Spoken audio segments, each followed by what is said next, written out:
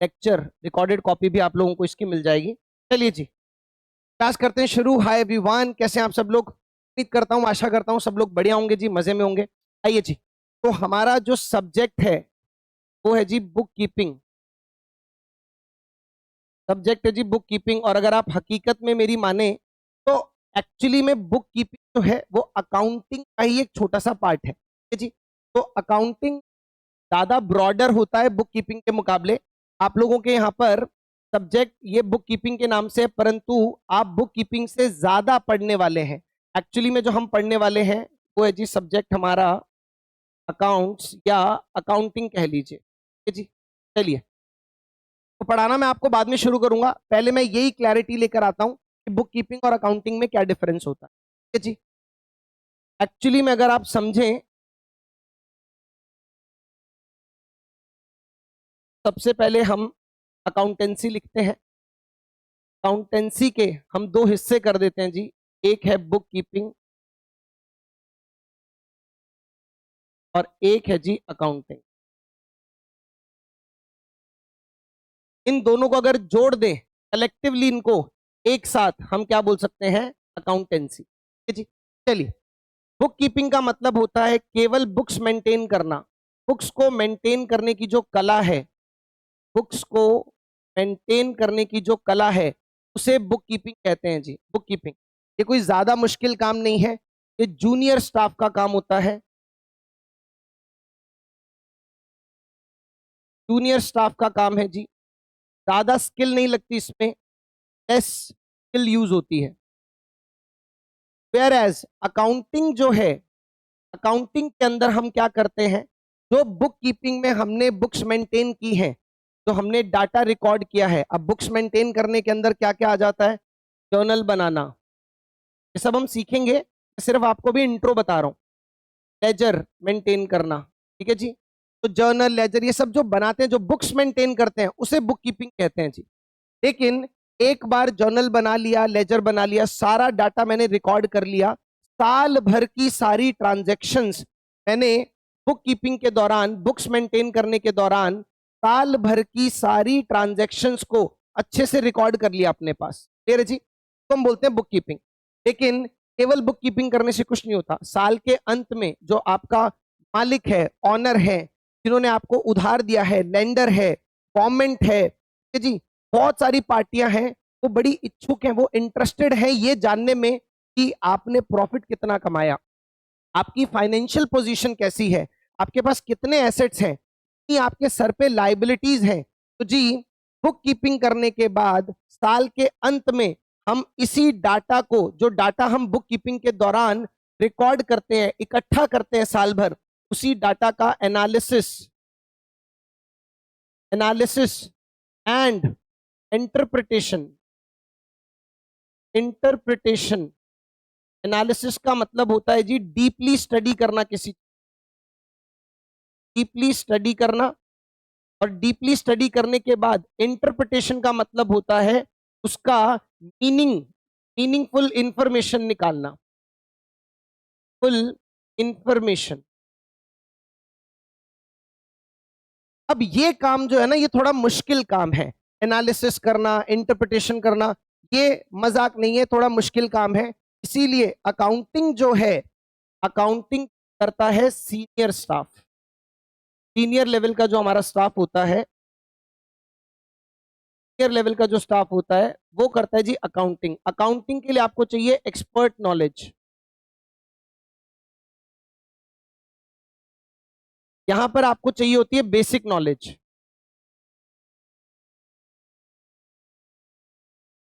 लेकिन एक important point जो आपको ध्यान रखना है वो ये कि अकाउंटिंग चाहे कितना ही एक्सपर्ट नॉलेज हो, सीनियर स्टाफ का काम हो, ये सब ठीक है, परंतु अकाउंटिंग डिपेंडेंट होती है जी बुक कीपिंग पे। अकाउंटिंग बिना बुक कीपिंग के नहीं हो सकती। अगर साल भर मैं डाटा ही ना रिकॉर्ड करूं, मेरे पास इंफॉर्मेशन ही ना हो, तो साल के अंत में मैं उसे एनालाइज कैसे करूंगा, मीनिंगफुल इंफॉर्मेशन कैसे निकालूंगा? तो यहां पर जो हमारी अकाउंटिंग है ये बेस्ड होती है, बेस्ड ऑन बुक कीपिंग। ये जी बुक कीपिंग को भी हल्के में नहीं लेना है। बुक कीपिंग बड़ी महत्वपूर्ण है।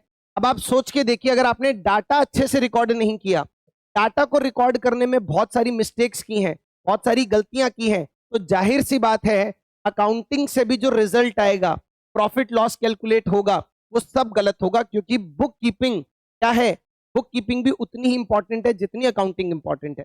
बुक कीपिंग भी बहुत जरूरी है। बुक कीपिंग में आप सारा डाटा कलेक्ट करते हो। तो यहां पर एक पॉइंट हम और लिख देते हैं और फिर हम आगे बढ़ेंगे।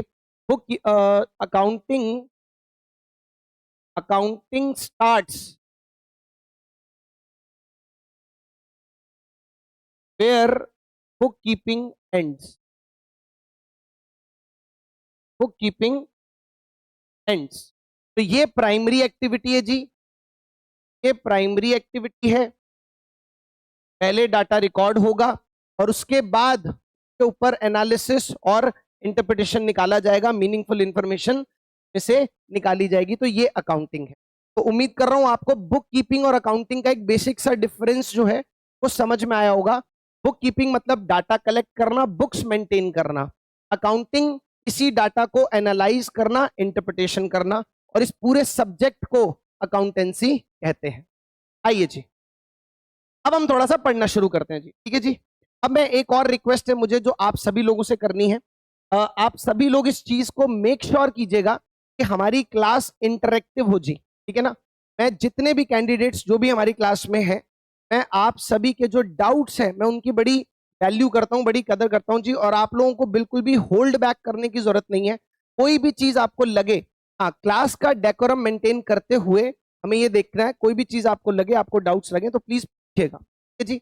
और मेरा जो अकाउंट्स पढ़ाने का तरीका है थोड़ा सा डिफरेंट है, बट ट्रस्ट मी, मेरे को 4-5 दिन के लिए आप ट्राई कीजिए। 4-5 दिन जो हमारी डेमो क्लासेस हैं आप उनको लीजिए। कोर्स लेना है नहीं लेना वो सब चीजें बात की हैं, उस पर बात ही, उसके लिए तो मैं कभी आपसे बोलूंगा ही नहीं कि आप लो नहीं लो। आपको अपने लिए जायज लगे, वैलिड लगे तो आप लेना, वरना नहीं। लेकिन डेमो क्लासेस जो हैं वो आप सारी देखना, उसके बाद आपको सब चीजें धीरे धीरे क्लियर होती चली जाएंगी। चलिए जी, तो बात करते हैं जी सब्जेक्ट अकाउंट्स की। और अगर मैं बिल्कुल बिल्कुल ही देसी अंदाज में आपको बेसिक लेवल से शुरू करें तो जी, अकाउंटिंग या अकाउंट्स का मतलब होता है हिसाब किताब। क्या मतलब होता है जी? हिसाब किताब। हिसाब किताब मेंटेन करने को ही हम अकाउंट्स बोलते हैं जी। ठीक है ना। अब अकाउंटिंग में हमें अगर हिसाब किताब मेंटेन करना है तो जनरली हिसाब किताब मेंटेन करने के दो तरीके होते हैं जी। कितने तरीके हो सकते हैं? दो तरीके। पहला तरीका है हमारा जनरल वे ऑफ कीपिंग हिसाब किताब, और दूसरा तरीका है जी सिस्टमैटिक वे ऑफ कीपिंग हिसाब किताब। हम यही हिसाब किताब एक जनरल तरीके से भी रख सकते हैं, देसी तरीके से भी रख सकते हैं, और एक सिस्टमैटिक तरीके से भी रख सकते हैं। दोनों का मीनिंग समझते हैं। मुझे बताइए, एक रिक्शे वाला अपना हिसाब किताब रखता है कि नहीं रखता? घर से इतने रुपए लेकर आया, इतने रुपए मैंने दिन भर में कमाए, इतने रुपए खर्च किए, इतना उसको दिया, इतना उसको दिया, इतना उससे लेना है, ये सारा हिसाब किताब तो एक रिक्शे वाला भी रख लेता है। तो क्या रिक्शे वाले को अकाउंट्स आती है? नहीं। ठीक है जी। उसे हिसाब किताब रखना आता है, और वो हिसाब किताब रखता है जनरल तरीके से। पर जी जनरल तरीके का एक ड्रॉबैक है, एक कमी है जनरल तरीके में, और वो है कि जनरल तरीके से जब हम हिसाब किताब रखते हैं तो हम केवल फ्यू ट्रांजैक्शंस को ही हैंडल कर सकते हैं। जब तक ट्रांजैक्शंस कम हैं, जब तक ट्रांजैक्शंस हैं थोड़ी, तब तक तो चीजें हैंडल हो जाएंगी। परंतु जैसे ही ट्रांजैक्शंस का नंबर, ट्रांजैक्शंस का पॉपुलेशन बढ़ेगा, जनरल तरीका फेल हो जाएगा। आप सोच के देखिए, तो ये बड़ी बड़ी कंपनीज हैं, एमएनसीज हैं, ठीक है जी। और कंपनी तो चलो बहुत दूर की बात हो गई, आपके शहर में ही कोई अगर कोई बहुत ही बड़ा फेमस दुकानदार है, इसकी दिन में सैकड़ों ट्रांजैक्शंस होती हैं, महीने में हजारों ट्रांजैक्शंस होती हैं, साल भर में लाखों करोड़ों ट्रांजैक्शंस होती हैं। क्या इन हजारों करोड़ों ट्रांजैक्शंस को डायरी में जनरली, जैसे हमारे घर में हमारी मम्मियाँ, हमारी वाइफ, या मान लीजिए एक छोटा दुकानदार या रिक्शे वाला, जिस तरीके से ये लोग डायरियों में हिसाब किताब लिखते हैं, क्या इन लाखों ट्रांजैक्शंस को इस तरीके से डायरी में लिखा जा सकता है? बिल्कुल नहीं लिखा जा सकता। ठीक है जी। तो जनरल वे फेल हो जाता है जहां पर ट्रांजैक्शंस का जो नंबर है, पॉपुलेशन है, वो बढ़ जाता है। इसलिए जब भी ट्रांजैक्शंस ज्यादा होती हैं तो हमें जरूरत पड़ती है एक सिस्टमैटिक तरीके की। हमें एक सिस्टमैटिक तरीका चाहिए इन सारी ट्रांजैक्शंस का हिसाब किताब रखने के लिए, और वहीं पर एक सिस्टम हमारे सामने आता है, इसका नाम है जी double entry system. Double entry system एक ऐसा अकाउंटिंग सिस्टम है जो आपको हेल्प करता है कि आप लाखों ट्रांजैक्शंस, करोड़ों ट्रांजैक्शंस को भी अगर आप इस सिस्टम से रिकॉर्ड करेंगे, इस सिस्टम से उसका हिसाब किताब रखना चाहेंगे, तो आप बड़े आराम से, बड़े इजीली इस सिस्टम को इस्तेमाल कर सकते हैं लाखों करोड़ों ट्रांजैक्शंस का हिसाब किताब रखने के लिए। ठीक है जी। तो इसलिए हम ये सिस्टम पढ़ते हैं जी। जब तक आप जीवन में अकाउंट्स पढ़ेंगे, चाहे आप 11वीं में पढ़ें, चाहे आप 12वीं में पढ़ें, चाहे आप बीकॉम लेवल पे पढ़ें, चाहे आप एमबीए लेवल पे पढ़ें, चाहे आप सीए में पढ़ें, आप पढ़ेंगे कौन सा सिस्टम? आपको जो अकाउंटिंग पढ़ाई जाती है, या हम लोग जो अकाउंटिंग पढ़ते हैं, हम इसी सिस्टम को पढ़ते हैं जी। डबल एंट्री सिस्टम को हम पढ़ते हैं, समझते हैं, सीखते हैं। तो यहां तक सब लोगों को क्लियर है? अच्छा, डबल एंट्री सिस्टम के जनक यानी कि इसके पिता कौन है? मिस्टर लूका पेक्योली। लूका पेक्योली खुद एक बिजनेसमैन थे, क्लियर है? उन्हें जब उनका बिजनेस फ्लरिश होने लगा, बढ़ने लगा उनका बिजनेस, तो उन्हें दिक्कत आने लगी रिकॉर्डिंग करने में, चीजों की एक तरीके से देख रेख करने में, सारी ट्रांजेक्शन्स को लिखने में उन्हें बड़ी परेशानी आने लगी। तब उन्होंने इस सिस्टम को जनरेट किया, सिस्टम को बनाया। परंतु परंतु परंतु जो सिस्टम आज हम यूज कर रहे हैं वो पूरा का पूरा मिस्टर लूका पेक्योली का नहीं बनाया हुआ। वो एक तरीके से फाउंडर हैं, उन्होंने स्टार्ट किया, उसके बाद बहुत से गुणी लोग आए, उन्होंने एडिशंस डिलीशंस ये सब चलते रहे, और करते करते करते करते आज तक ये सिस्टम पहुंच गया है। ठीक है जी। और आज भी दुनिया का one of the most advanced accounting system अगर कोई है तो वो है जी डबल एंट्री सिस्टम। और केवल भारतवर्ष में ही नहीं बल्कि पूरी दुनिया में मोस्ट ऑफ दी जगह इसी सिस्टम का इस्तेमाल करती हैं सभी बड़ी बड़ी कंपनीज अपना हिसाब किताब मेंटेन कर। ठीक है जी। तो पढ़ना तो अभी हम धीरे धीरे शुरू करेंगे। मैंने आपको अभी सिर्फ ये बताया कि एक्चुअली में अकाउंट्स सब्जेक्ट के अंदर हम पढ़ने क्या वाले हैं। हम पढ़ने वाले हैं डबल एंट्री सिस्टम को, जो हेल्प करता है हमें न्यूमरस करोड़ों ट्रांजैक्शंस को सिस्टमैटिक ढंग से रिकॉर्ड करने के लिए। ठीक है जी। आइए आगे बढ़ते हैं जी। अब शुरू करते हैं। अब देखिए, कोई भी अगर सिस्टम है, डबल एंट्री सिस्टम भी है, हर सिस्टम के अपने रूल्स एंड रेगुलेशंस होते हैं। ठीक है जी। अब कंप्यूटर सिस्टम भी एक सिस्टम है, ठीक है जी, और उसके भी कुछ रूल्स एंड रेगुलेशंस हैं। बाइक भी अपने आप में एक सिस्टम है, और बाइक के भी अपने कुछ रूल्स एंड रेगुलेशंस हैं। ठीक उसी प्रकार डबल एंट्री सिस्टम भी एक सिस्टम है, और सिस्टम को चलाने के, ऑपरेट करने के रूल्स एंड रेगुलेशंस होते हैं। तो जितना बेहतर तरीके से आप इन रूल्स एंड रेगुलेशंस को समझ लेंगे, उतना आपके लिए आसान हो जाएगा इस सिस्टम को ऑपरेट करना। ठीक है जी। तो हम समझते हैं जी, एक एक करके धीरे धीरे पड़ाव हम बढ़ते चले जाएंगे और सिस्टम के अंदर तक की चीजें हम समझ लेंगे। ठीक है जी। अब एक बात तो आप सभी लोगों को समझ में आई गई होगी कि भैया यहां पर हमें रिकॉर्डिंग करनी है ना। हम तैयारी कर रहे हैं लाखों ट्रांजैक्शंस को रिकॉर्ड करने की, और लाखों ट्रांजैक्शंस कोई भी व्यक्ति अपनी मेमोरी में याद नहीं रख सकता। तो एक बात तो तय है कि हमें लिखकर ट्रांजैक्शंस को रिकॉर्ड करना पड़ेगा। तो पहला स्टेप जो होता है अकाउंटिंग के अंदर, वो होता है जी रिकॉर्डिंग। वो होता है रिकॉर्डिंग। जैसे ही रिकॉर्डिंग आया, रिकॉर्डिंग की बात आई, मेरे दिमाग में दो क्वेश्चन आ गए जी। दो question. Question number 1, what is to be recorded? What is to be recorded? भैया क्या रिकॉर्ड करना है? क्या सब कुछ ही रिकॉर्ड कर लेना है क्या?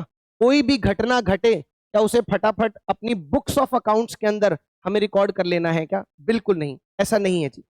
अब हमें डबल एंट्री सिस्टम के रूल्स समझने हैं कि as per double entry system के रूल्स हमें क्या चीज रिकॉर्ड करनी है, क्या चीज रिकॉर्ड नहीं करनी। तो देखिए जी, डबल एंट्री सिस्टम हमें बताता है कि क्या रिकॉर्ड करना है। सबसे पहली चीज,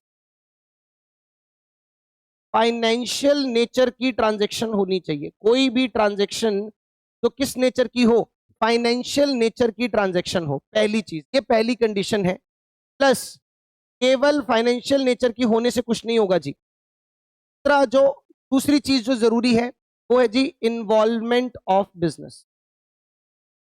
इन्वॉल्वमेंट ऑफ बिजनेस। ठीक है जी। और अभी मैं ये दोनों चीजें आपको एक्सप्लेन करूंगा कि फाइनेंशियल नेचर क्या होता है, इन्वॉल्वमेंट ऑफ बिजनेस क्या होता है। हर स्टेप को मैं क्लियर करते चलूंगा साथ साथ। ठीक है जी।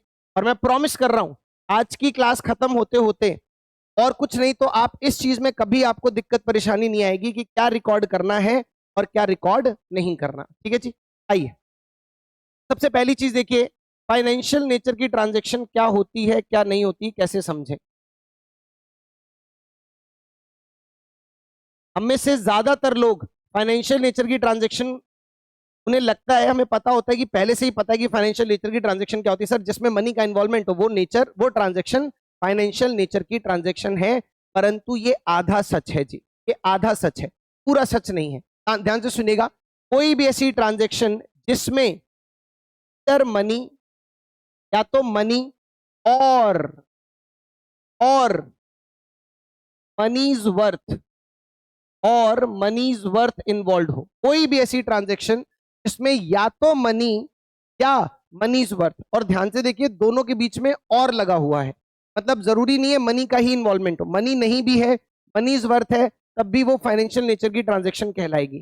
सर मनी तो हमें समझ में आता है कि पैसे का इन्वॉल्वमेंट क्या होता है, ये मनीज वर्थ क्या बला है। आइए जी मनीज वर्थ समझते हैं कि मनीज वर्थ क्या है। मनीज वर्थ का मतलब है anything whose value can be expressed in terms of money। कोई भी ऐसी चीज जिसकी वैल्यू को मॉनेटरी टर्म्स में एक्सप्रेस किया जा सकता है वो मनीज वर्थ है, उसे हम मनीज वर्थ कह सकते हैं। जैसे कि ये डिजिटल बोर्ड जिस पर मैं आपको पढ़ा रहा हूं, इसकी क्या इसको मॉनेटरी टर्म्स में इसकी वैल्यू को एक्सप्रेस किया जा सकता है? एब्सोल्युटली किया जा सकता है, तो ये मनीज वर्थ है जी। ये पेन जिससे मैं इस डिजिटल बोर्ड पर लिख रहा हूं, क्या इसकी वैल्यू को मॉनेटरी टर्म्स में एक्सप्रेस किया जा सकता है? यस किया जा सकता है। आपने जो अभी शर्ट पहनी है या आपने जो पैरों में जूते पहने हैं, ये टेबल, ये कुर्सी, ये एसी, ये ट्यूबलाइट, ये पंखा, ये सब मनीज वर्थ है जी। हम घिरे हुए हैं मनीज वर्थ से। आपके घर में जो भी सामान है, जैसे मान लीजिए कोई टेबल है, कोई कूलर है, कोई फॉर एग्जाम्पल बेड है, ये सब चीजें क्या है? ये सब चीजें मनीज वर्थ है।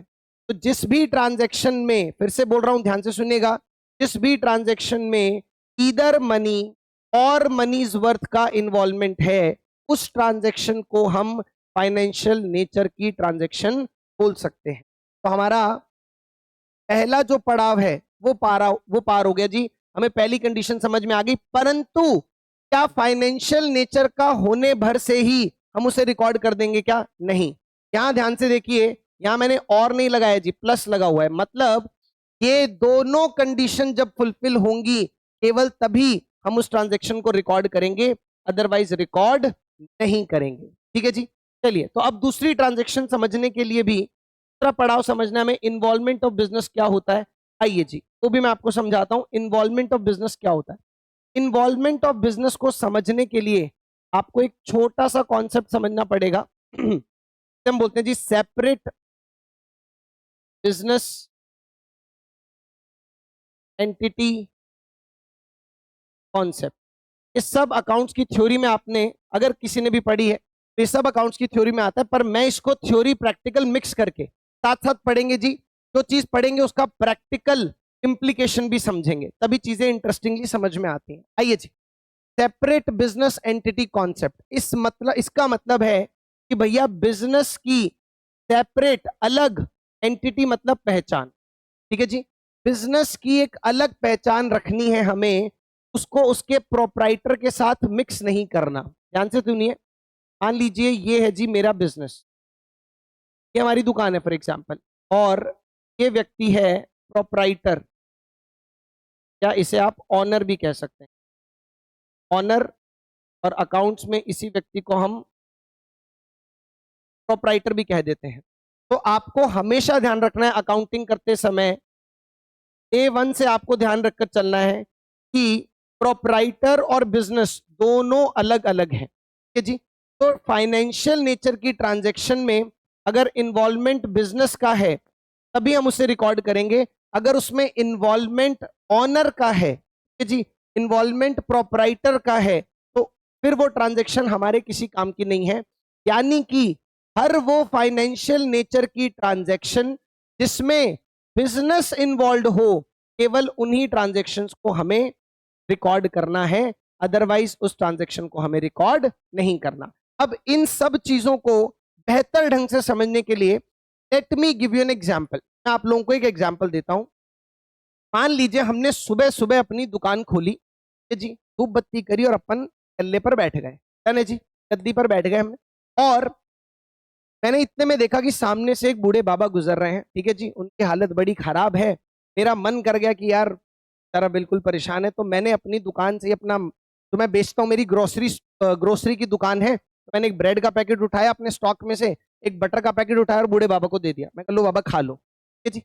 और जाहिर सी बात है कि बूढ़े बाबा ने मुझे बदले में आशीर्वाद दिया, पैसे वैसे कुछ नहीं उनके पास देने को, और मैंने भी उन्हें पैसे नहीं दिए, मैंने दुकान से उठा के सामान दिया। क्लियर है जी। अब ये घटना घटी हमारे सामने, ये एक ट्रांजैक्शन है। अब हमें ये समझना है कि ये ट्रांजैक्शन रिकॉर्ड होगी या नहीं होगी। तो हमें कुछ नहीं करना, हमें अपने दोनों कसौटियों को देखना है कि भैया दोनों कंडीशंस जो हैं ये फुलफिल हो रही हैं कि नहीं हो रही। कंडीशन नंबर 1 है जी, फाइनेंशियल नेचर की होनी चाहिए। तो हमें सिर्फ उतनी बुद्धि लगानी है जितना हमने पढ़ा है कि भैया किसी भी ट्रांजैक्शन में इधर मनी और मनीज वर्थ, तो यहां पर मनी तो इन्वॉल्व नहीं है, ना मैंने पैसे दिए ना बूढ़े बाबा ने मुझे पैसे दिए, लेकिन मैंने उन्हें ब्रेड और बटर दी। अब मेरा आप लोगों से क्वेश्चन है, क्या ब्रेड और बटर को, क्या ब्रेड और बटर देने को मैं फाइनेंशियल नेचर की ट्रांजैक्शन मान सकता हूं, नहीं मान सकता? बताइए जी।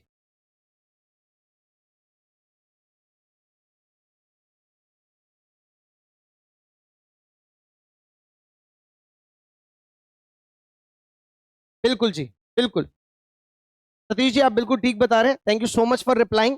जी देखिए, बिल्कुल, क्योंकि सर मैंने ये बताया था कि फाइनेंशियल नेचर होने के लिए या तो मनी हो या मनीज वर्थ हो, और मनीज वर्थ की डेफिनेशन हमने क्या लिखी थी, कोई भी ऐसी वस्तु, कोई भी ऐसी सर्विस जिसकी वैल्यू को मॉनेटरी टर्म्स में एक्सप्रेस किया जा सके। तो क्या ब्रेड और बटर की वैल्यू को मॉनेटरी टर्म्स में एक्सप्रेस किया जा सकता है? यस, किया जा सकता है। तो भैया पहली कंडीशन फुलफिल हो गई कि ट्रांजैक्शन में चाहे मनी नहीं है, परंतु क्योंकि मनीज वर्थ इन्वॉल्व है तो ट्रांजैक्शन फाइनेंशियल नेचर की है। पहली कंडीशन फुलफिल हो गई। अब आते हैं दूसरी कंडीशन पे, लेकिन ध्यान रखना सिर्फ पहली कंडीशन फुलफिल हो जाने से हम उसे रिकॉर्ड नहीं करेंगे। अब हमें यह देखना पड़ेगा कि बिजनेस का इन्वॉल्वमेंट है कि नहीं है। जी, बिजनेस का इन्वॉल्वमेंट है कि नहीं है? बिजनेस का इन्वॉल्वमेंट भी है, क्योंकि जो ब्रेड और बटर हमने बूढ़े बाबा को दिया वो प्रोपराइटर का सामान नहीं है जी, हमने बिजनेस के स्टॉक में से, बिजनेस के सामान में से हमने उन्हें सामान दिया है जी, हमने बूढ़े बाबा को सामान दिया है। तो यहां पर बिजनेस का इन्वॉल्वमेंट भी हो गया इस ट्रांजैक्शन के अंदर। अब क्योंकि यहां पर बिजनेस का इन्वॉल्वमेंट भी है और फाइनेंशियल नेचर की ट्रांजैक्शन भी है, तो ये ट्रांजैक्शन 100% हमारी बुक्स ऑफ अकाउंट्स में रिकॉर्ड होगी। ये एग्जाम्पल नंबर 1 था। आइए मैं आपको एक और एग्जाम्पल लेता हूं, example number 2 for better clarity, ठीक है ना, आपको अच्छे से क्लियर हो इसलिए एक और एग्जाम्पल लेते हैं जी, ध्यान से सुनिएगा। मान लीजिए मैंने सुबह सुबह दुकान खोली, धूप बत्ती करी और हमेशा की तरह मैं अपने गल्ले पर बैठ गया, ठीक है जी। अब अभी तक 1 रुपए की बोनी हुई नहीं है, कोई माल बिका नहीं है, लेकिन वो आ गए जी, वो शनि महाराज आ जाता ना डोलू लेकर, शनि महाराज शनि महाराज, तो वो आ गया भाई, ठीक है जी। अब देखिए अक्सर आपने देखा होगा कि जो दुकानदार होते हैं वो सुबह सुबह उधार नहीं देते, बोनी से पहले तो बिल्कुल नहीं देते कि भैया बोनी नहीं हुई है। तो मेरा भी ये मानना है एज अ दुकानदार कि भैया गल्ले में पहले कुछ आए, है ना, फिर मैं गल्ले में से निकालूं तो समझ में आता है। पहली ट्रांजैक्शन मैं नेगेटिव नहीं करूंगा, पहली ट्रांजैक्शन गल्ले में से पहला निकलना नहीं चाहिए, पहले पैसा आना चाहिए। तो अब बड़ी एक दुविधा आ गई मेरे मन में, गल्ले से पैसा दे नहीं सकता और पैसा नहीं दूं तो कहीं शनि महाराज नाराज ना हो जाए, ठीक है जी।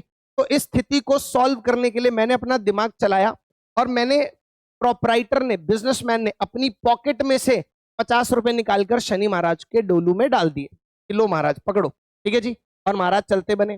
तो अब आप मुझे बताइए, मेरा क्वेश्चन नंबर 1, क्या ये ट्रांजैक्शन फाइनेंशियल नेचर की है कि नहीं है? मेरा क्वेश्चन ध्यान से सुनिएगा, क्या ये ट्रांजैक्शन फाइनेंशियल नेचर की है कि नहीं है? बताइए जी। बिल्कुल है, यस, ये ट्रांजैक्शन फाइनेंशियल नेचर की है, क्या बात है जी। ये ट्रांजैक्शन फाइनेंशियल नेचर की सर, क्योंकि फाइनेंशियल नेचर की ट्रांजैक्शन तो वो होती है जिसमें मनी या मनी इज वर्थ इन्वॉल्व हो। तो सर ये फाइनेंशियल नेचर की ट्रांजैक्शन तो है, लेकिन क्या सिर्फ फाइनेंशियल नेचर हो जाने से हम इसे रिकॉर्ड कर देंगे? नहीं सर, हम एक चीज और चेक करेंगे, ये पैसा बिजनेस से निकला है कि नहीं निकला, ठीक है ना, बिजनेस का इन्वॉल्वमेंट है कि नहीं है। तो साहब यहां पर मैंने मेरी जेब में से पैसा, प्रोपराइटर ने अपनी जेब में से अपना पर्सनल पैसा दिया है जी, बिजनेस के गल्ले से पैसा नहीं निकला है, तो यहां पर इन्वॉल्वमेंट ऑफ बिजनेस नहीं है और इसलिए ये ट्रांजैक्शन रिकॉर्ड नहीं होगी। लेकिन अगर मान के चलिए यही शनि महाराज सुबह की बजाय शाम को आ धमके होते, शाम को आए होते, दिन भर बढ़िया बिजनेस कर लिया है जी, खूब पैसा छाप लिया है, मन बड़ा प्रसन्न है, शनि महाराज को देखा तो गले में से 100 रुपए निकाल के शनि महाराज को दिए, ठीक है जी, गले में से 100 रुपए निकाल के शनि महाराज को दिए, तो क्या अब ये ट्रांजैक्शन में बिजनेस का इन्वॉल्वमेंट है कि नहीं है? बिल्कुल है, बिजनेस का इन्वॉल्वमेंट है और अब हमें इसे बुक्स ऑफ अकाउंट्स में रिकॉर्ड करना पड़ेगा। तो आशा करता हूं, उम्मीद कर रहा हूं कि यहां तक क्या रिकॉर्ड होगा ये कॉन्सेप्ट आपको समझ में आ गया होगा सभी लोगों को। बताइए जी, यहां तक क्लैरिटी है जी सभी को? चलिए जी, बहुत खूब, बस थोड़ा सा आप जवाब दे देंगे तो मेरा हौसला बढ़ जाता है कि हाँ मैं आगे बढ़ सकता हूँ, ठीक है जी। बाकी कोई डाउट वाउट हो तो आप पूछ लेंगे। क्या जी? ठीक है, thank you so much sir, thank you so much. चलिए जी आगे बढ़ते हैं जी। अब अगला पार्ट है जी, रिकॉर्ड तो समझ में आ गया सर, अब तो मार नहीं खाएंगे कि क्या रिकॉर्ड करना है क्या रिकॉर्ड नहीं करना, अब इसमें हम मार नहीं खाएंगे, ये तो हमें पता लग गया कि क्या रिकॉर्ड करना है। अब बात करते हैं कि रिकॉर्ड किन टर्म्स में करना है, ये भी अकाउंट्स में बड़ा इंपॉर्टेंट है। दूसरा क्वेश्चन है जी रिकॉर्डिंग के बारे में, in what terms B recorded. भैया किन टर्म्स में हमें रिकॉर्डिंग करनी है? अभी तो आप लोगों को मैं, पूरी उम्मीद है मुझे कि क्वेश्चन ही नहीं समझ में आएगा कि टर्म्स का क्या मतलब है, बट डोंट वरी, अभी आप लोगों को क्लियर हो जाएगा बिल्कुल अच्छे से, ठीक है जी। आइए देखिए, बहुत बार अक्सर ऐसा होता है कि जब मैं, मेरे पास स्टूडेंट्स आते हैं तो मैं उनसे पूछता हूँ कि बेटा अकाउंट्स का क्या मतलब है, आपको क्या लगता है अकाउंट्स में क्या होता है? कि ज्यादातर स्टूडेंट्स का एक कॉमन आंसर होता है, सर अकाउंट्स में ना बहुत सारे नंबर्स होते हैं, हमें इतना पता है, बहुत सारे नंबर्स होते हैं, उन्हें जोड़ो माइनस करो ये सब करना होता है, हिसाब किताब रखना होता है। तो बिल्कुल ठीक बात है कि अकाउंट्स में बहुत सारे नंबर्स होते हैं, परंतु ध्यान रखिएगा जी, नंबर्स क्वांटिटी में भी होते हैं और नंबर्स आपको मॉनेटरी वैल्यू में भी देखने को मिलेंगे। मैं इसके लिए आपको एक एग्जांपल, अरे एक मिनट, स्पेलिंग मिस्टेक कर दी मैंने, एक मिनट, मॉनेटरी वैल्यू, अब ठीक है जी। आइए, तो क्वांटिटी में भी नंबर होता है, मॉनेटरी वैल्यू में भी नंबर होता है। मैं आपको एग्जांपल देता हूं, मान लीजिए मैंने 1000 चेयर्स परचेज की और हर चेयर का भाव 500 रुपए है जी। मैंने अपने बिजनेस के लिए 1000 चेयर्स परचेज की, 500 रुपए एक चेयर की है। तो अगर कोई हमसे पूछे तो जी हमने मॉनेटरी वैल्यू कितना, 5 लाख रुपए की हमने चेयर्स परचेज की, ठीक है जी। अब ध्यान से देखिए, नंबर तो क्वांटिटी में भी है और नंबर मॉनेटरी वैल्यू में भी है। मैं ये चीजें इसलिए क्लियर कर रहा हूं ताकि आगे चलकर आपको बिल्कुल भी कंफ्यूजन ना हो कहीं पे भी। तो जब भी हम रिकॉर्डिंग करेंगे, जब भी हम किसी ट्रांजैक्शन को रिकॉर्ड करेंगे, अकाउंट्स के अंदर हम क्वांटिटी रिकॉर्ड नहीं करते हैं जी। अकाउंट्स में हमें हर ट्रांजैक्शन की मॉनेटरी वैल्यू को रिकॉर्ड करना है। तो अकाउंट्स में रिकॉर्डिंग होती है in terms of monetary value, ठीक है जी। किन टर्म्स में रिकॉर्डिंग होती है जी? मॉनेटरी वैल्यू में रिकॉर्डिंग होती है, मॉनेटरी वैल्यू में रिकॉर्डिंग होती है। अभी अभी हमने एक एग्जांपल लिया था कि हमने बूढ़े बाबा को एक ब्रेड दी और बटर दिया। याद है आप लोगों को? अभी अभी मैंने एग्जांपल लिया था कि हमने बूढ़े बाबा को एक ब्रेड दी है जी खाने के लिए, और सूखी ब्रेड खाने में अच्छी नहीं लगेगी तो हमने उनको जी बटर भी दे दिया। बड़ा दिल है जी हमारा, ठीक है ना। तो एक ब्रेड और एक बटर हमने बूढ़े बाबा को दी। ब्रेड मान लीजिए, ब्रेड का भाव है जी मार्केट में 40 रुपए, बटर का भाव है मान लीजिए 60 रुपए। तो आप मुझे बताइए, हम रिकॉर्डिंग करते समय क्या ये रिकॉर्ड करेंगे कि हमने एक ब्रेड दी एक बटर दिया, या हम सीधा सीधा ये रिकॉर्ड करेंगे कि हमने 100 रुपए का माल बूढ़े बाबा को दिया? बताइए। यस, एब्सोल्युटली करेक्ट, ठीक है जी। तो हम किन टर्म्स में, अकाउंट्स के अंदर जब भी कोई ट्रांजैक्शन होगी, जब भी केवल आज नहीं, जब भी कोई ट्रांजैक्शन होगी उस ट्रांजैक्शन की मॉनेटरी वैल्यू को निकालकर हमें उसे रिकॉर्ड करना है। तो उम्मीद कर रहा हूं यहां तक सब लोगों को क्लियर हो गया होगा। चलिए जी अगले स्टेप पे बढ़ते हैं जी। ये तो समझ में आ गया क्या रिकॉर्ड करना है, ये भी समझ में आ गया कि उसमें से रिकॉर्ड क्या करना है, केवल मॉनेटरी वैल्यू को रिकॉर्ड करना है। दो चीजें क्लियर हो गई। अब सर ये और बता दो, where is to be recorded, where to record, कि रिकॉर्ड करना कहाँ है, ये रिकॉर्डिंग कहाँ करनी है। हमें जब पर्सनली अपना हिसाब किताब रखना होता है या जब हम जनरल तरीके से अकाउंटिंग करते हैं तो हम कहीं पर भी कोई भी चीज रिकॉर्ड कर देते हैं। आपने देखा होगा कुछ लोग डायरी में अपना हिसाब किताब लिख लेते हैं, कुछ लोग कॉपी में अपना हिसाब किताब लिख लेते हैं, कुछ लोग जो अपने फोन वोन के अंदर ही कोई ऐप डाउनलोड कर ली वहां हिसाब किताब रिकॉर्ड कर लेते हैं। तो हमें डबल एंट्री सिस्टम में रिकॉर्डिंग करनी कहाँ है, जब भी कोई घटना, जब भी कोई ऐसी घटना, सर किसी का माइक ऑन है, MC कुनरी जी का, हाँ जी थैंक यू सो मच जी, थैंक यू सो मच। चलिए आगे बढ़ते हैं, सुनेगा ध्यान से। मान लीजिए जब भी कोई ऐसी ट्रांजैक्शन हो गई, जब भी कोई ऐसी ट्रांजैक्शन हो गई जिसमें जो फाइनेंशियल नेचर की है, जिसमें बिजनेस का इन्वॉल्वमेंट है, तो हमारे तो तुरंत के तुरंत कान खड़े हो जाएंगे कि भैया ये ट्रांजैक्शन तो रिकॉर्ड करनी है। पर अगला सवाल है कि रिकॉर्ड करें कहां, लिखे कहां। तो ध्यान से सुनिएगा, हमें इनको रिकॉर्ड करना होता है जी बुक्स ऑफ अकाउंट्स के अंदर। अकाउंट्स की भी बुक्स मेंटेन होती है जिसे हम बुक कीपिंग कहते हैं ना। तो अकाउंट्स हिसाब किताब मेंटेन करने के लिए हम बुक्स बनाते हैं, उन्हें हम कहते हैं जी बुक्स ऑफ अकाउंट्स। और दो मुख्य बुक्स ऑफ अकाउंट्स होती हैं जी, दो most important books of accounts होती हैं। पहली अकाउंट की बुक होती है हमारी जी जर्नल,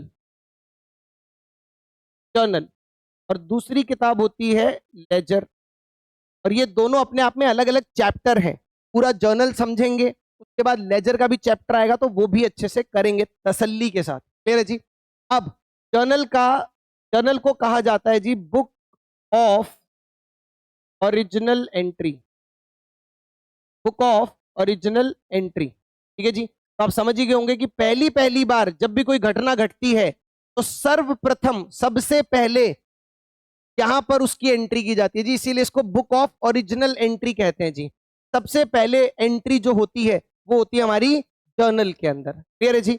और उसके बाद लेजर जो है जी वो काम आता है क्लासिफिकेशन के ऊपर आज मैं बिल्कुल ज्यादा चर्चा नहीं करूंगा क्योंकि लेजर अपने आप में पूरा एक चैप्टर और उसमें पहुंचेंगे, लेकिन डायरेक्टली लेजर में नहीं पहुंचा जा सकता। पहले आपको जर्नल सीखना पड़ेगा, फिर आप लेजर में पहुंचते हैं। तो लेजर के बारे में अभी हम बात नहीं करेंगे, हम बात करेंगे जी हमें यह पता लग गया जब भी कोई घटना घटेगी तो उसे जर्नल में रिकॉर्ड करना है। आइए जी अब जर्नल से मुलाकात करते हैं थोड़ी सी, और मैं आपको जर्नल की फोटो दिखाता हूं जी, हुलिया दिखाता हूं उसका कि जर्नल दिखती कैसे है।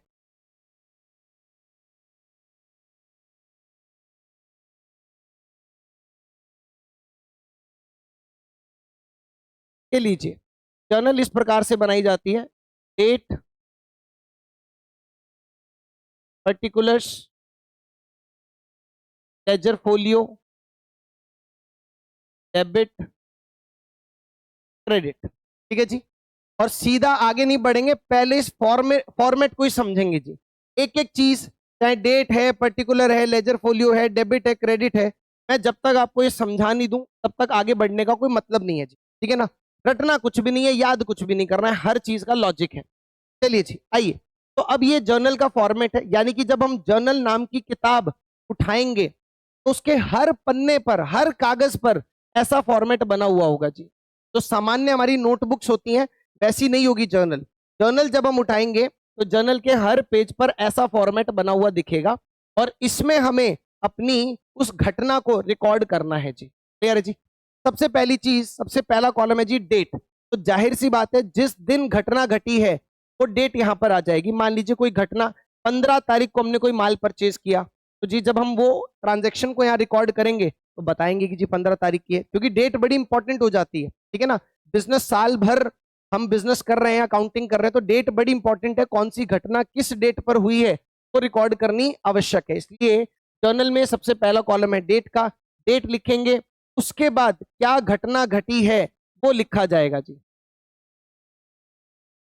यहां पर हम जो घटना घटी है वो लिखते हैं, परंतु जो घटना को लिखने का अंदाज है, जो तरीका है, वो बड़ा ही यूनिक है जी। बहुत ही यूनिक स्टाइल से हम ट्रांजैक्शन रिकॉर्ड करते हैं। इस तरीके से कोई और ट्रांजैक्शन रिकॉर्ड नहीं करता होगा। मान लीजिए, मैं एग्जांपल के तौर पे ले रहा हूं, आपने 15 अप्रैल के दिन अपने घर पे नया फ्रिज खरीदा, क्लियर है जी, और अपने घर का हिसाब किताब आप मेंटेन करते हैं। तो किसी भी डायरी में, जहां पर भी आप ये लिखना चाहेंगे, आप कैसे लिखेंगे? आप हिंदी में लिख सकते हैं, भाई आज फ्रिज खरीदा, आज 50,000 का नया फ्रिज लिया, ठीक है जी। या अंग्रेजी में या किसी भी भाषा में आप उसे सिंपली रिकॉर्ड कर देंगे, ठीक है जी। लेकिन यहां पर रिकॉर्डिंग करने का तरीका ही बिल्कुल अनोखा है। अंदाजे बयान जो है यहाँ पर, वो बड़ा ही अलग है जी। उसे हम बोलते हैं जर्नल एंट्री, हम बोलते हैं जर्नल एंट्री। अब जर्नल एंट्री कैसे बनती है, कैसे बनाएंगे, वो सब चीजें हम सीखेंगे, बट अभी नहीं, स्टेप करके धीरे धीरे। अब जर्नल एंट्री क्यों बोलते हैं जी इसे? क्योंकि एक तरीके से हम किसी भी ट्रांजैक्शन को एंट्री दे रहे हैं, लिख रहे हैं, कहां पर? जर्नल के अंदर, इसलिए उसे जर्नल एंट्री कहा जाता है, ठीक है ना। जर्नल एंट्री कैसे होती है, वो सब चीजें आगे आएंगी, डोंट वरी। डेमो पीरियड में मैं करवा दूंगा, इतनी मेरी गारंटी है, ठीक है ना। डेमो पीरियड के अंदर अंदर ही जर्नल एंट्री कैसे बनाई जाती है, कैसे लिखी जाती है, सब चीजें मैं करवा दूंगा। आगे बढ़ते हैं। उसके बाद अगला पोर्शन है जी लेजर फोलियो। एलएफ की फुल फॉर्म है, मैं यहां लिख देता हूं। एलएफ की फुल फॉर्म है जी लेजर फोलियो। फोलियो का मतलब होता है जी पेज नंबर। फोलियो का मतलब पेज नंबर, ठीक है जी। देखिए, अभी हम ट्रांजैक्शन यहां लिख रहे हैं, लेकिन आगे चलकर इन्हीं ट्रांजैक्शंस को हमें पोस्ट करना होता है, रिकॉर्ड करना होता है लेजर के अंदर भी। तो यहां से ट्रांजैक्शन लेजर के किस पेज पर रिकॉर्ड हो रही है? मान लीजिए ये जर्नल का पेज नंबर 13 है, मान लेते हैं एक बार के लिए, ये जर्नल का पेज नंबर 13 है, और यहां से लेजर के पेज नंबर 42 पर हमें इस चीज को रिकॉर्ड करना होगा। तो ये ट्रांजैक्शन यहां से लेजर के किस पेज पर जा रही है, वो हमें यहां बताना होता है। इसे बोलते हैं लेजर फोलियो। परंतु एग्जामिनेशंस में ये कॉलम आपका कभी भी काम नहीं आएगा। आपको कभी बताया ही नहीं जाएगा कि ये कौन से लेजर फोलियो पे जा रही है, तो आपको यहां पर लिखना, कभी भी कुछ नहीं लिखना पड़ेगा। लेकिन क्या इसका मतलब ये है कि सर अगर लिखना ही नहीं है तो बनाने की भी क्या जरूरत है, मैं इसको बनाऊंगा ही नहीं? नहीं जी, बनाना पड़ेगा, बनाना पड़ेगा, क्योंकि वो एक फिक्स फॉर्मेट है, वो उसका पार्ट है। तो आपको ये लेजर फोलियो का कॉलम हमेशा बनाना है, परंतु इस्तेमाल कभी भी नहीं होगा। बीकॉम लेवल तक भी अगर हमें कभी जर्नल करनी होती है जी, सीए में भी अगर कभी जर्नल का क्वेश्चन आता है, मेरे जीवन में आज तक मैंने लेजर फोलियो देखा ही नहीं है किसी क्वेश्चन में, ठीक है जी। तो पता होना चाहिए, मीनिंग पता होना चाहिए कि लेजर फोलियो का क्या मीनिंग होता है, परंतु इस्तेमाल में नहीं आएगा जी, प्रैक्टिकली कभी भी आपके यूज में नहीं आएगा। आगे बढ़ते हैं जी, कितनी चीजें हो गई, डेट, पर्टिकुलर, लेजर फोलियो। चलिए जी, अगला पड़ाव है हमारा डेबिट और क्रेडिट। अगला पड़ाव है जी हमारा डेबिट और क्रेडिट। सर ये हमने बहुत सुना है अकाउंट्स में, डेबिट और क्रेडिट, डेबिट और क्रेडिट। ये क्या होता है ये भी फटाफट बता दो। सर डेबिट और क्रेडिट बहुत ही है, आपको सिर्फ इसकी वर्किंग समझनी है कि डेबिट और क्रेडिट का क्या मतलब होता है। उसके बाद धीरे धीरे आपको चीजें सारी आराम से क्लियर होती जाएंगी। तो केवल 2 पॉइंट्स आपको समझने हैं जी डेबिट और क्रेडिट के बारे में। पहला पॉइंट है कि डेबिट और क्रेडिट ये दोनों ही both are anti nature. Anti nature मतलब जो इनका स्वभाव है वो एक दूसरे के विरुद्ध है, एंटी है जी, एंटी नेचर। कंप्यूटर में वायरस आ जाता है, हम क्या डालते हैं, हम कौन सा सॉफ्टवेयर इस्तेमाल करते हैं? Anti virus. एंटी वायरस वो सॉफ्टवेयर है जो वायरस के विरुद्ध है, वायरस को मार देगा, ठीक है जी। ऐसे ही कभी बीमार होते हैं तो डॉक्टर में एंटीबायोटिक देता है जी, एंटीबायोटिक। बायोटिक मीन जर्म्स या बायो जर्म्स जो होते हैं वो बायोटिक हो गए, उनको मारता कौन है? एंटीबायोटिक, क्लियर है जी। तो एंटी मीन्स जो एक दूसरे के ऑपोजिट हो, विरुद्ध हो, ठीक है जी। तो एक बात ध्यान रखिएगा, डेबिट और क्रेडिट ये कभी साथ में नहीं रह सकते। जब भी आप इनको एक दूसरे के पास लेकर आएंगे, करीब लेकर आएंगे, इनमें लड़ाई होनी निश्चित है। ये एक दूसरे के विरुद्ध है, एक दूसरे से लड़ते हैं जी, ठीक है। दूसरी चीज जो आपको ख्याल करनी है, वो आपको ख्याल करनी है कि बोथ आर इक्वली पावरफुल। दोनों इक्वली पावरफुल हैं। ये पॉसिबल, अब ये तो पता लग गया कि दोनों लड़ते हैं, पर ये कभी पॉसिबल नहीं है जी कि एक डेबिट दो क्रेडिट को मार दे, ये कभी पॉसिबल नहीं है, ठीक है जी। यानी कि इक्वेशन क्या बनेगी? एक डेबिट और एक क्रेडिट को जब भी करीब लाया जाएगा, ये क्या हो जाएगा जी, इसका रिजल्ट क्या बचेगा, 0। क्रेडिट भी खत्म हो जाएगा, डेबिट भी खत्म हो जाएगा, साथ में रह नहीं सकते। और ये पॉसिबल नहीं है कि डेबिट क्रेडिट को मार दे खुद बच जाए, फिर तो डेबिट ज्यादा पावरफुल हो गया। क्या क्रेडिट डेबिट को मार दे और खुद बच जाए तो क्रेडिट ज्यादा पावरफुल हो गया। इसीलिए मैंने दो चीजें आपको बताई। अगर ये दो चीजें आपको ध्यान रहेंगी, ये दो चीजें आपको समझ में आ गई, तो ऑपरेशनल एक्टिविटी में आपको कभी दिक्कत नहीं आएगी डेबिट और क्रेडिट के अंदर। ठीक है जी। तो डेबिट और क्रेडिट कभी भी एक एक डेबिट क्रेडिट को अगर मैं साथ में लाऊंगा तो इक्वेशन क्या बन जाएगी हमारी, 0। और ये बिल्कुल हूबहू जैसा हम मैथ्स के अंदर पढ़ते हैं जी, प्लस और माइनस, +1 और -1, बताइए मुझे क्या होता है। इन दोनों को अगर कभी भी मैं करीब लाऊंगा तो क्या होगा जी, यहां पर भी आंसर मेरा क्या आएगा, 0। ठीक है जी। ठीक उसी प्रकार डेबिट और क्रेडिट अकाउंट्स के अंदर काम करते हैं, दोनों एंटी नेचर हैं और दोनों बराबर शक्तिशाली हैं। ना डेबिट में ज्यादा ताकत है, ना क्रेडिट में ज्यादा ताकत है। ठीक है जी। और बस इसी एक्टिविटी को थोड़ा सा मुझे और डिटेल में समझाना है, फिर हम आज की क्लास रैप अप कर देंगे, क्योंकि नया टॉपिक स्टार्ट करने का मतलब नहीं है। लास्ट 5-7-10 मिनट है हमारे पास, पर ये टॉपिक जाते जाते ये जो डेबिट क्रेडिट वाला मामला है, ये मैं थोड़ा सा और क्लियर करना चाहता हूं। ध्यान से सुनिएगा जी, सभी लोग ध्यान से सुनिएगा, आपको और क्लैरिटी आ जाएगी। मान लीजिए एक डब्बा है और इस डब्बे में मेरे पास 8,000 डेबिट हैं जी, 8,000 डेबिट रखे हुए हैं जी इस डब्बे में। क्लियर। अब मान लीजिए मैं इसी डब्बे में 5,000 क्रेडिट डाल दूं, 5,000 क्रेडिट डाल दूं, तो जी यहां पर भगदड़ मच जाएगी जी, लड़ाई हो जाएगी यहां पर, है ना। और मुझे बताइए डब्बे में क्या बचेगा, बताइए डब्बे में क्या बचेगा, कोई बता सकता है जी, कोई जवाब देना चाहता है, डब्बे में क्या बचेगा। 3,000 डेबिट। क्या बात है जी, बिल्कुल ठीक जवाब, बिल्कुल ठीक जवाब, जिन्होंने भी जवाब दिया जी बेहतरीन। देखिए जी, ये 5,000 क्रेडिट खुद भी मर जाएंगे, पर अकेले नहीं मरेंगे जी, ये 5,000 डेबिट को ले डूबेंगे अपने साथ, और इसके बाद 3,000 डेबिट हमारे पास बच जाएगा। बस मैं इतना ही चाहता हूं कि ये ऑपरेशनल समझ आपको आ जाए कि किसी अकाउंट में डेबिट डल रहा है, किसी अकाउंट में क्रेडिट डल रहा है, क्या इफेक्ट होगा। बस इतना अगर आपको समझ में आने लग गया तो फिर हम आगे बढ़ने लायक हो जाएंगे, और धीरे धीरे समय के साथ तो सर समझ बढ़ती चली ही जाएगी, उसमें कोई बड़ी बात नहीं है। आज ही मैं आपसे एक्सपेक्ट करूं कि आपको सारा अकाउंट्स आज ही आ जाए तो वो पॉसिबल नहीं है जी, ये स्टेप बाय स्टेप चलेंगे। आइए जी एक और एग्जांपल लेते हैं। मान लीजिए मेरे पास यहाँ पर 5,000 क्रेडिट हैं जी, और मैं इसमें 3,000 क्रेडिट और डाल दूं, बताइए क्या हो जाएगा, बताइए जी क्या रिजल्ट होगा। क्या बोला आपने, 2,000 क्रेडिट। क्या बात है जी, बढ़िया। अब ठीक है, बाद में करेक्ट हो गया। सुनिएगा, देखिए क्रेडिट 5,000 थे, मैंने 3,000 क्रेडिट और डाल दिया, हो सकता है आपने डेबिट देख लिया हो, इस वजह से भूल हो गई हो। 5,000 क्रेडिट और 3,000 क्रेडिट, सर क्रेडिट क्रेडिट में कोई लड़ाई नहीं है, वो तो साथ साथ रह ही सकते हैं। ये 5,000 भी तो पहले एक साथ रह ही रहे थे। अब कितने हो जाएंगे जी, 8,000 क्रेडिट हो जाएंगे। अब कितने हो जाएंगे, 8,000 क्रेडिट हो जाएंगे। ठीक है जी। चलिए एक लास्ट एग्जाम्पल लेते हैं, उसके बाद दूसरे किस्म के एग्जाम्पल्स लूंगा। यहां पर देखिए फटाफट, मान लीजिए मेरे पास 10,000 डेबिट है और मैंने इसमें 15,000 क्रेडिट डाल दिया, 15,000 क्रेडिट। ठीक है जी, जितने थे उससे भी ज्यादा क्रेडिट आ गए, तो सर अब इस डब्बे को कौन हथिया लेगा, क्रेडिट का राज हो जाएगा जी। यहाँ पर 15,000 क्रेडिट, ये 10,000 क्रेडिट को खत्म करके यहाँ पर 5,000 क्रेडिट बच जाएगा। ठीक है जी। तो ये आई होप ये भी क्लियर हो गया है। चलिए अब हम थोड़ा सा जो टाइप ऑफ एग्जाम्पल्स हैं वो बेटर कर देते हैं जी, थोड़ा सा टाइप ऑफ एग्जाम्पल्स जो मैं बेटर कर रहा हूं। मान लीजिए आई हैव 3,000 डेबिट, मेरे पास 3,000 डेबिट पहले से हैं। मुझे बताइए मैं इसमें ऐसा क्या जोड़ूं कि मेरे पास 9,000 डेबिट हो जाए। अगर किसी अकाउंट में पहले से 3,000 डेबिट है तो मैं ऐसा क्या करूं उस अकाउंट में, डेबिट डालूं क्रेडिट डालूं कि डेबिट 9,000 हो जाए।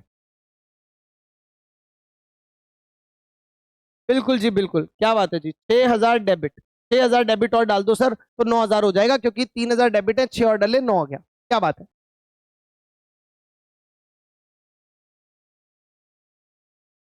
सर 12,000 क्रेडिट डालेंगे तो गड़बड़ हो जाएगी, चेक करवाऊं। चलो जी, लेकिन अच्छी बात यह कि आप जवाब दे रहे हैं, मजेदार बात यह कि आप कम से कम जवाब दे रहे हैं। मुझे सर ने कहा कि 12,000 क्रेडिट डाल दो सर। सर अगर मैंने 12,000 क्रेडिट डाला तो क्या होगा, 12,000 क्रेडिट के 3,000 डेबिट के, ये 3,000 के डेबिट केवल 3,000 के क्रेडिट को मार पाएंगे। ठीक है जी, 3,000 क्रेडिट के तो मार देंगे, लेकिन 9,000 क्रेडिट बचेगा। जबकि ध्यान से देखिए आंसर में मैंने क्या मांगा था, मुझे 9,000 डेबिट चाहिए। मैंने क्या मांगा था सर, मुझे चाहिए 9,000 डेबिट। उम्मीद कर रहा हूं जिन्होंने भी जवाब दिया था सर क्लियर हो गया। क्या बात है जी, बहुत खूब। तो आंसर वही है जो पहले दिया गया था, ठीक है ना। लेकिन ठीक है, आपने भी अच्छी कोशिश करी, कोई दिक्कत नहीं। 3,000 डेबिट तो सर इसमें 6,000 डेबिट और डाल दो, 9,000 डेबिट हो जाएगा। क्या बात है जी। आइए अब करते हैं जी एक और एग्जाम्पल, एक एग्जाम्पल और लेते हैं जी। आइए मान लीजिए मेरे पास 6,000 डेबिट है। मैं ऐसा क्या करूं कि मुझे 1,000 डेबिट मिल जाए। ऐसा क्या करूं कि मेरा फाइनल आंसर 1,000 डेबिट हो। क्या बात है जी, बिल्कुल बढ़िया। 5,000 क्रेडिट का डाल दो सर, ये तो अब आसान ही हो गया, पता ही लगने लग गया हमें। 5,000 क्रेडिट डालोगे सर तो वो 5,000 डेबिट को मार देंगे, 1,000 डेबिट मेरा बच जाएगा, जो मेरा डिजायर्ड आंसर है, जो मुझे चाहिए। और सर ये आज की क्लास का आखिरी क्वेश्चन है, के बाद हम क्लास रैप अप कर देंगे जी। डन।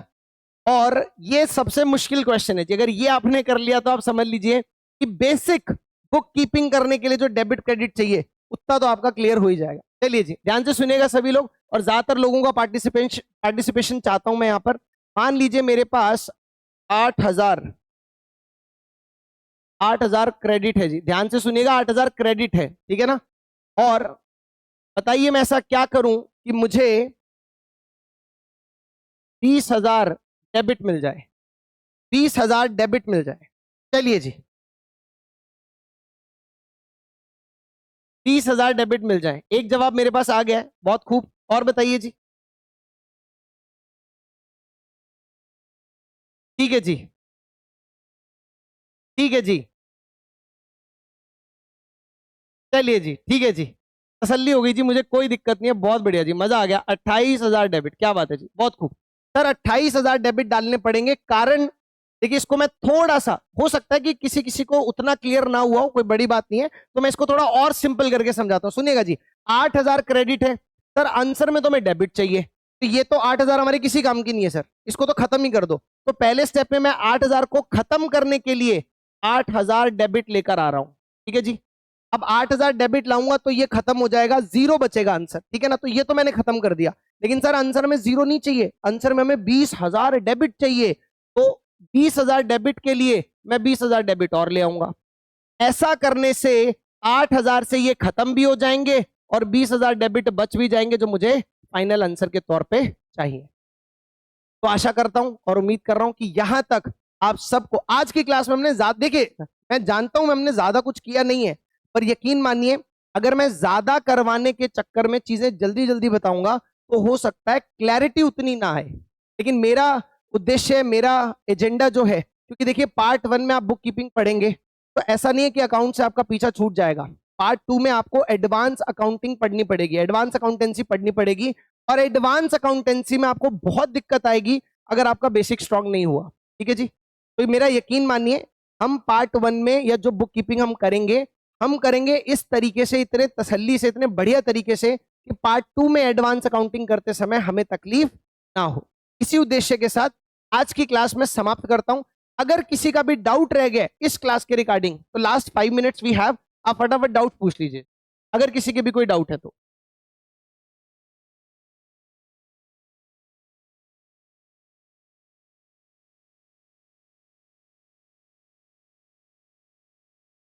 किसी के भी कोई डाउट है जी, एनीवन?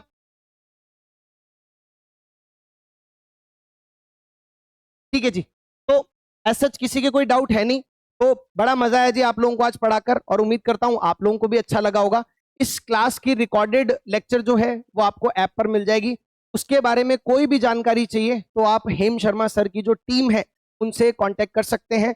मेरा नंबर मैं हमेशा की तरह क्लास में सभी को देता हूं, ये मेरा नंबर है जी, ये मेरा पर्सनल नंबर है। क्लास के रिगार्डिंग, सब्जेक्ट के रिगार्डिंग, क्लास की टाइमिंग्स, क्लास की फीस, इन सब चीजों के लिए नहीं, वो मेरा मेरे उसमें नहीं आता, मेरे अथॉरिटी में नहीं है जी। आपको टॉपिक के रिगार्डिंग कोई डाउट कभी भी रह जाए, कुछ पूछना हो, कोई छोटी मोटी बात आपको क्वेरी पूछनी हो, तो आप इस नंबर पे मेरे को कॉल कर सकते हैं। मेरा नाम वरुण माहेश्वरी है जी। ठीक है जी, आप इस नंबर पे मेरे को कॉल या मैसेज मैसेज कर दीजिएगा। मैसेज कर सकते हैं, कॉल भी कर सकते हैं, कोई दिक्कत नहीं है।